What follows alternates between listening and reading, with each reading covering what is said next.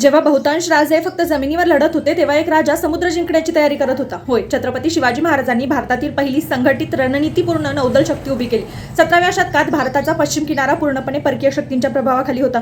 पोर्तुगीज गोव्यात मजबूत होते, सिद्धी जंजिरावर राज्य करत होते आणि इंग्रज आणि डच व्यापारी कंपनीच्या नावाखाली सैनिकी ताकद वाढवत होते.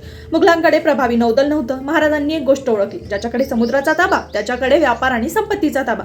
1650च्या दशकात त्यांनी समुद्री किल्ल्यांची साखळी उभी केली. सिंधुदुर्ग फोर्ट हा समुद्रात 48 एकर एवढ्या क्षेत्रात बांधला गेला. भिंती सुमारे 30 फूट उंच आणि 12 फूट जाड. विजयदुर्ग फोर्ट आणि सिंधुदुर्ग फोर्ट हे स्ट्रॅटेजिकली नेव्हल बेस होते. ऐतिहासिक नोंदीनुसार मराठा नौदलात 300 ते 400 जहाजं होती.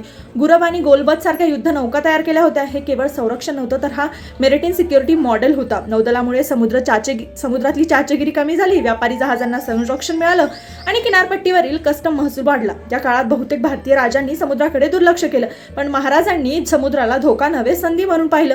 ही केवळ युद्ध नीती नव्हती, ही इकॉनॉमिक सोव्हर्निटी आणि जिओपॉलिटिकल दूरदृष्टी होती. जमीन जिंकून सत्ता मिळते, पण समुद्र जिंकून भविष्य सुरक्षित होतं. आणि म्हणूनच शिवाजी महाराजांचं नौदल हे हिंदवी स्वराज्याचं एक रिव्हॉल्युशनरी स्ट्रॅटेजिक मास्टर स्ट्रोक होतं. जय भवानी, जय शिवराय. शिवजयंतीच्या शिवमय शुभेच्छा.